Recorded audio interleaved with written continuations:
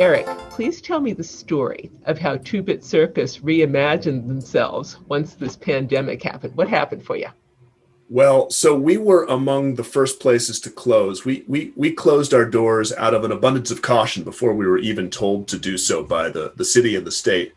And no one was giving us any guidance. We shut our doors, we went home, and we figured out what are we going to do now? And that was a very prescient decision. What happened next was I got a little stir crazy. I was sitting at home. I was used to spending all my time at an amusement park full of people. And now there was no amusement park and there were no people. And I love being on stage and I love entertaining people. Brent, my co-founder, Brent Bushnell, for many years has been talking about taking what we do in the park and moving pieces of it online. If you recall, in our amusement park, we have a place called Club 01, which is an interactive game show theater. 100 people sitting in seats, all with touchscreens on their tables, with a stage up in the front of the room and a live performer up on stage entertaining a room full of people with interactive games and trivia and wine tastings, all sorts of good stuff. We've always wondered, how can we bring this online? Seemed like a good opportunity. So I started with the software that we've used to produce those shows in our Club 01 space. And I started tweaking it. And I started adding a web front end and thinking about what would make a compelling show for these strange COVID times. And what emerged was a show that I called Fun in Exile. And it was hosted by me out of our house in my spare bedroom. Once a week, I would sit down in front of a camera just like this one and put on this weird live stream show using software that we'd written. And the theme of the show was how the world was changing, but a funny take. So we were looking at all the ways that people were ducking quarantine, laws around the world telling people you have to stay inside, don't go outside, unless you have a pet. So there's a guy who takes his fish, he's got his fish bowl and he wants to go on a walk around his neighborhood. So he takes his fish bowl out, and it was trivia about the strange new world that we were living in. We had panelists, we had some A-list panelists come and join me on the stream because they didn't know what to do with their time either. It was such a strange world. And we ran that show for, months. I think we probably did 15 episodes of it. It was really fun.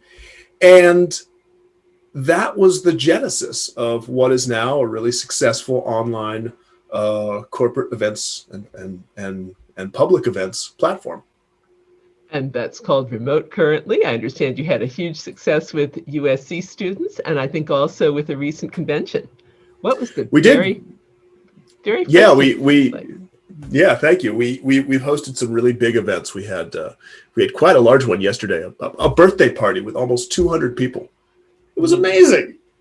How cool. Let's go through that in our imagination. Suppose I'm hosting a birthday party. I probably can't have 200 people. I have 25.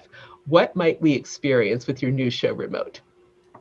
So what happens ahead of time is that, let's say it's your birthday, Dot. Happy birthday. Thank you. We're going to reach out and we're going to get some information about you because, you don't want the generic birthday show. You want the customized birthday show. And ahead of time, your guests will receive a link to a landing page, and they'll all visit that landing page. And at the appointed time, they're going to be let in to our event page. Now, everyone is in their web browser, and this is really important.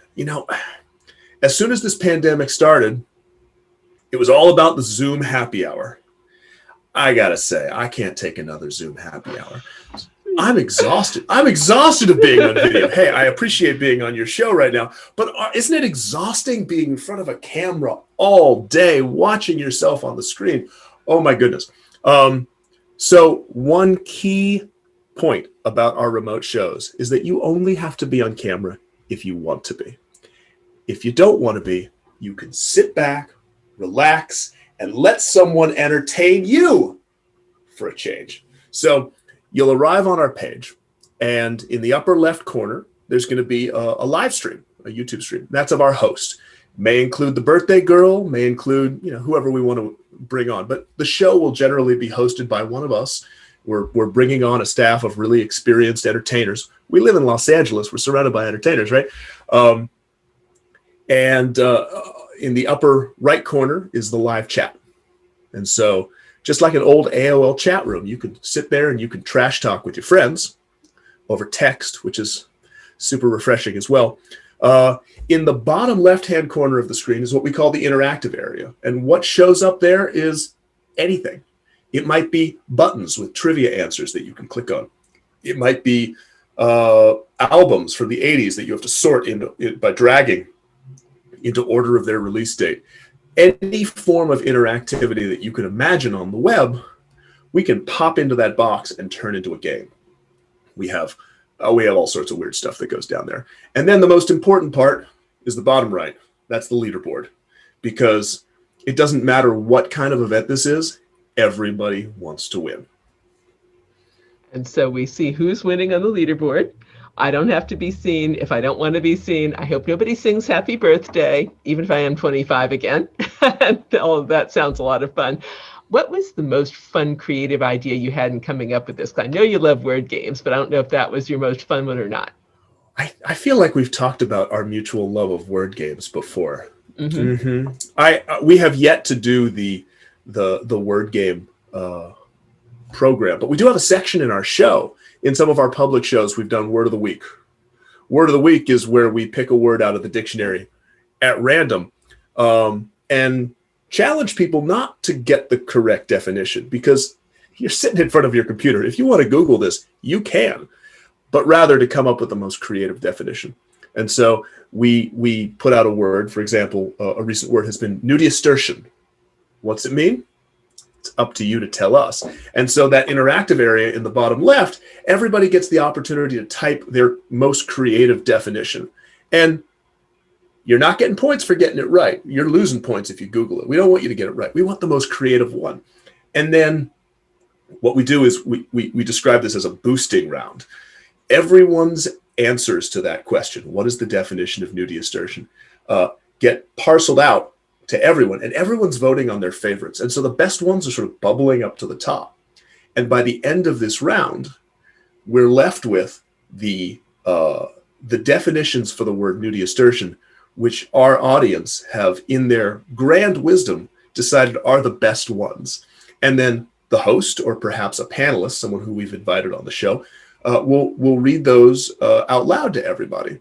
And it's great. It's a super exciting way to run interactivity on the internet. I have to know, what is one of the best creative definitions you've heard for nudistortion? Well, nudistortion, it does start with the word nudie, so we do get a lot of words related to that. Do you know what nudistortion means? I do not know. I'm gonna let you in on the secret. Nudistortion is relating to the day before yesterday. See, that'll impress a lot of people. Now you know. I never knew that before. I'd be doing you a real disservice if I didn't mention that you also, with Remote, have some holiday shows coming up. And do you have some room for your Halloween show yet? So we just ran, I think it was my favorite show, last Thursday. Every Thursday, we run a free public show. Anybody who wants to show up, sign up on our website. You'll get the link. Come on in. It's turning into an amazing community. And we'll get back to that in a second. But last Thursday, we ran our first Halloween-themed show. And Josh Randall, our creative producer, who is he's an absolute genius at coming up with the themes and the cadence of the show. He's hosting these free public shows on Thursday and many of our corporate events. He is also a huge fan of Halloween. He's run haunted houses, very famous haunted houses, and big immersive events. He's very talented.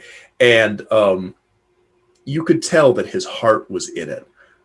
It was a Halloween show, and he was in his element. It was the most fun we've had. It was great. You know, one of my favorite things about no longer having to be the host every week is that I work as hard as I can not to know the answers, so I could be completely surprised by the Thursday shows. And so I'll be sitting here in my studio, glass of wine in my hand, experiencing the show that we've created together. That's my only opportunity to frankly have fun with it, right? I get to be a player. And oh boy, was that a fun one. That's great. Let's quick give the link before we go on where people can sign up for this Thursday show and where they can find out more about remote for the future. I'm going to let Andy Levy jump in with that. I'm not sure what our landing page for that is. Yeah, you can go to twobitcircus.com/remote show and sign up there. twobitcircus.com/remote show. Eric, you said something really interesting to me before, and I found out a great fact about you that I did not know. I knew you had been a circus performer. I did not know you were a fire dancer. I was a fire dancer as well. And you had told me in a previous interview that entertainment should never be passive. What are you looking forward to most in the future in making this even less passive than it is right now? Oh my goodness. I said something a moment ago that brought me nearly to tears. I said, you can sit back and let somebody entertain you for once. And that made me so sad to say that, because I feel like I've worked my entire career to keep people from sitting back in their seats. You know, we've tried so hard to get people to lean forward and participate. And, you know, right now we're in this strange moment in history where we can't be with one another. We founded our company on the idea of being elbow to elbow with the people you're playing with, and we just can't do that. And so our biggest challenge right now is taking this isolating event of the pandemic and giving people new ways of feeling like they're face to face with, or sitting next to, playing with their friends. That's actually a really interesting thing about Zoom. You know, when we said elbow to elbow, when we said bringing people together, playing elbow to elbow, we didn't say nose to nose. You know, we're not trying to put people face to face in our parks. We're trying to put them on the same team, pointing in the same direction, playing together. Zoom puts us nose to nose. We're nose to nose with our friends all day. And the challenge is getting us all on the same side of the line, all doing something together. And that's where things like the boost mechanic in our remote show are so great, because you get to co-create the show with your friends, strangers, people on the internet, and vote on one another's stuff and watch the best stuff bubble up to the top. It's not so competitive all the time. We love competition, and there's a leaderboard there for a very important reason. But this idea of co-creation is so important, and letting people have some collective agency over this show. It requires our hosts to be able to improv. And as a performer who likes to improv, I say right on. This is going to be a great, fun show. Do I understand what boost mechanic means when you say? I'm sorry. I had described it earlier, but perhaps I didn't mention the name. The idea that together we provide a bunch of input, and then that input is sent back to us, and collectively we vote on the best inputs. Got it. That was a new term for me. I'm sorry. That was a term of art I threw in there. That's perfectly fine. What about your holiday shows? What can people look forward to for those? Well, you know, holidays were our biggest time of year at Two Bit Circus. And I expect that this year around the holiday season, people are going to be missing each other really acutely. You know, December is just this time when people are accustomed to seeing each other's faces and hanging out in real life. And yeah, sure, they've been going to meetings together, but they haven't gotten to socialize. And okay, we can put that off for a year, you know, for part of a year while we're all locked in our houses and we're talking on Zoom. But there's that relief valve at the end of the year where you get to be with your colleagues, and we did it. We made it, right? I feel like we'll get that sense of catharsis, that sense of relief even more at the end of this year. So our holiday program is going to be holiday themed because they're always holiday themed, but I think it really has to evoke that sense of we made it. We're getting through this together. I'm speculating here. It's October. I'm not thinking about Christmas yet. I'm not there yet. But if I'm trying to evoke one thing among our guests, it's not just that you're being entertained. It's that you're together. And that to me is the most important part of a holiday party, and that's what we want to give back to the audience, to our guests. It's interesting. Excuse me. It's interesting how Two Bit Circus Micro Amusement Park was all about community and is all about community. And here we go with a different aspect of community and building. What's been one of your best community moments so far with remote? Oh my goodness. Well, our Thursday night shows are awesome. Our Thursday night shows attracted a small team of diehards from the very beginning. And those diehards have stuck around. And that community has grown and grown and grown. And I think one of the reasons this last week's Thursday night show made me so happy, because so many people were showing up in that chat room and they knew each other. It was like cheers for them. Like they're all talking. It was one guy's birthday. Happy birthday, Rick. Everyone's wishing him happy birthday. Everyone, like, we have inside jokes that have grown over the course of many, many shows. And that sense of having created a community of people who are coming back week and week and week and week again, saying, this is my favorite night of the week. How cool is that? It's their favorite night of the week. We wrote some software and gave them that experience. It made me so happy to see, and continues to make me happy to see. That's awesome to be able to do. You know, I love robots. I'm not going to be able to do this interview without asking you about the robot that you have involved in remote. Ah, yes, Game Show Bot. Game Show Bot is a very sophisticated piece of technology. And, that chat room is very important. And were it not for Game Show Bot regulating the chat room, things would get completely out of hand. We've programmed him in GPT-3, which, as you may be aware, is the internet's new artificial intelligence text generating engine. But he's a snarky robot, and you better watch out. He's vital to the success of this show, and very handsome. Guillermo del Toro sweet talked me last time I was there, and now I have to watch out for Game Show Bot. Okay. Absolutely. What about the resources you've used? Every teacher is in some ways an entertainer. A lot of our audience are teachers, and I know that a lot of yours as well. What can teachers learn from your experience with remote that they could bring into their classrooms? Well, let me tell you, I think it's a two-way street. My wife is also a teacher, and a lot of the way we've designed this system has been informed, at least in part, by some of the challenges that I've seen her experience teaching music classes online. There's so much in common between what we're doing with remote and what teachers have to do every day. And there's not a day that goes by where we don't think about ways we could use this platform to improve the lives of teachers and students around the world. Now, we have that opportunity. Two Bit Circus has a foundation, and the foundation is conducting classes for students all around the world. And very soon, I think, we're going to try integrating Two Bit Circus remote into their teaching. A lot of to answer your question directly, the theatrics of a show, the time management is very important. With a Zoom call, it's so easy to just sort of lose track of the blocking of your show. As a theater person, I think about the blocking. I think about, hey, we're in scene 1, we're in scene 2, we're in scene 3, we're in scene 4, and breaking up that sequence into manageable chunks and executing them on time, arranging them ahead of time, knowing what's happening.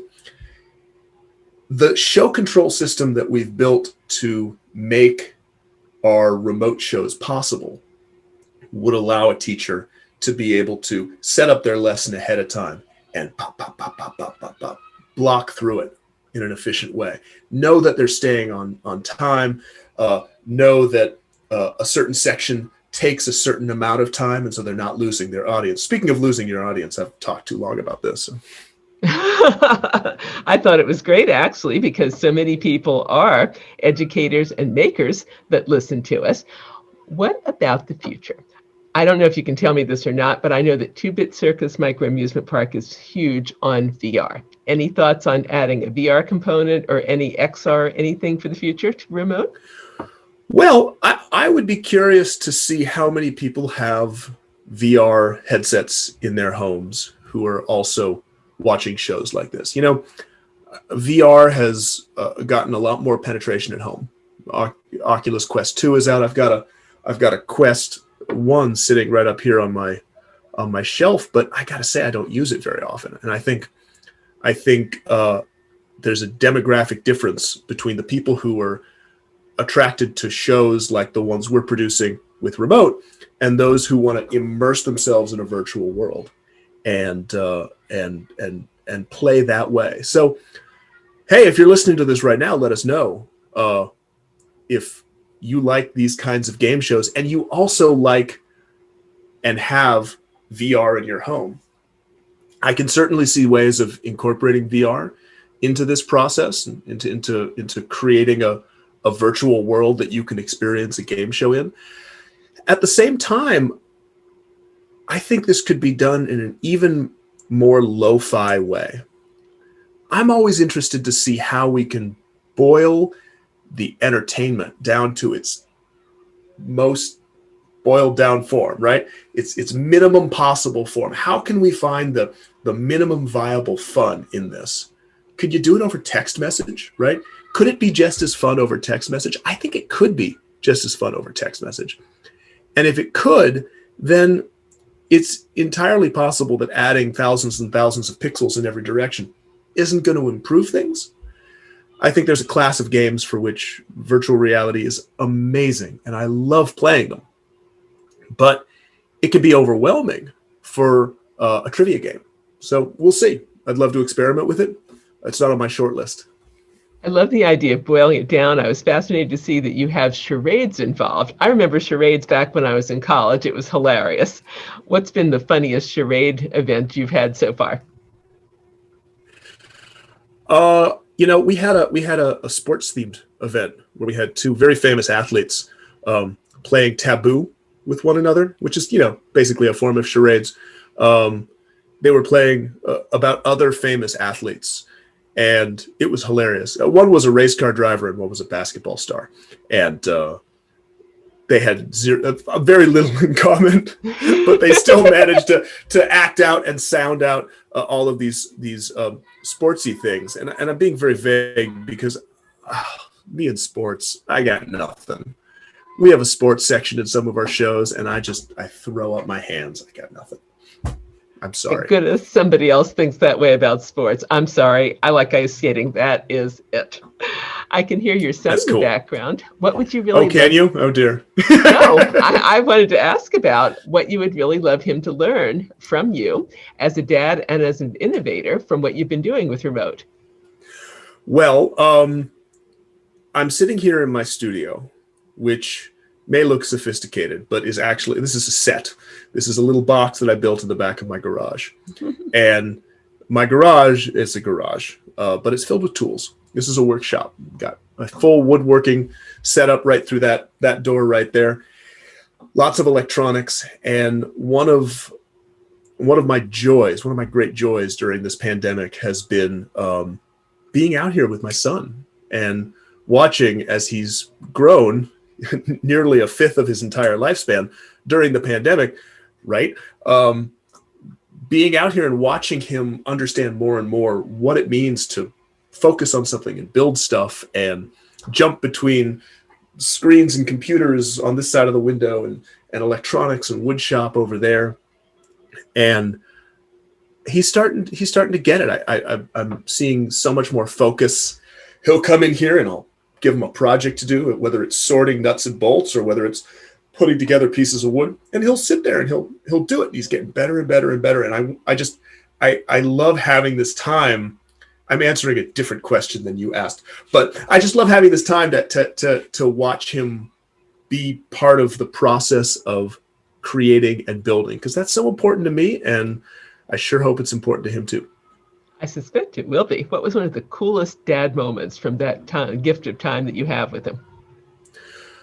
Oh gosh. Well, I'm going to share a story that just happened yesterday. Because, and I've told this story about 1,000 times in the 24 hours since it happened. We were running a huge show yesterday. Hundreds of people. I am live on the air for hundreds of people. Big birthday party. My wife is not home, but my son is, and it's about to be quiet time, which means he's got to go into his room. It's lockdown time. We have 1 hour a day where he spends that time in his room and he's not allowed to come out. Does he listen to that rule? No, he does not. So I know that I'm in trouble because at some point during this show, he is going to come out of his room and he's going to want to play. I don't know what's going to happen. Show is going great. It's a fantastic show. And then I hear my garage door open and he comes in and he goes, Daddy, I have to go poop. Like, you could do it. So I say, you could do it. And I turn back to the show and I think I have at least 5 minutes until this is a problem again. And then 5 minutes later, he comes back into the garage. He marches right into the studio, looks at the camera, says, Daddy, guess what? I wiped myself. Nothing like being a proud dad, but on camera in the middle of the show. I was so proud. In front of 200 people. It was just yes. And that killed a minute. That was perfect. Just think how you can embarrass the poor kid with that story when he's a grad student in engineering school or something. I got it on film. That's the beauty of online shows. Is that this stuff lasts forever. I love that. As we wrap up here, I had asked you before about what people would get from you if you could only get one thing about innovation, creativity, and making a difference. But I'd love to know what's been one of the biggest lessons you've learned about innovation, creativity, and making a difference from having to create remote as a result of the pandemic. I've always felt that constraints are important, and that, if you have no constraints, it's hard to create.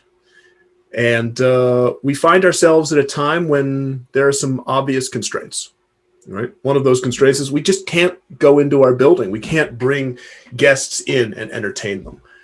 And so the challenge here has been, can we evoke what we evoked in a physical space now on the internet, right? How do we take what we loved about bringing people together elbow to elbow and recreate it online? And it's a challenge, right? No joke. This is a huge constraint, but I think from these constraints are emerging so many interesting new ways for us to interact with one another. I have to mention a friend of mine, David Gutman's got this thing called Rambly, where you basically can walk up to other virtual characters in a 2D environment and hear what they're saying, and it recreates in this magical way what I used to love about cocktail parties. He set out to reproduce the cocktail party. He did it. We set out to reproduce the theater experience. I think we did it. I've seen some amazing theatrical productions where once upon a time you would have been sitting in seats, or you would have been in an immersive production where you're walking around with people. How do you recreate that when we're all sitting here locked behind glass? And I think we've succeeded in innovating a little bit in the presence of those constraints, and so many other people have done so too. And it's such an exciting time because, hey, I hope this pandemic goes away. I am so tired of this, but maybe it's not our last one. And maybe we all don't have to travel all over the world and fly in airplanes that pollute quite so much. This kind of innovation right now is so important and is going to put us in good stead for the next 100 years or so. So let's make the best of it. I'm really excited to see how people are making the best of it, and I'm proud of what we've done too. Eric, thank you for your time today. Thank you. It's been a pleasure talking to you again.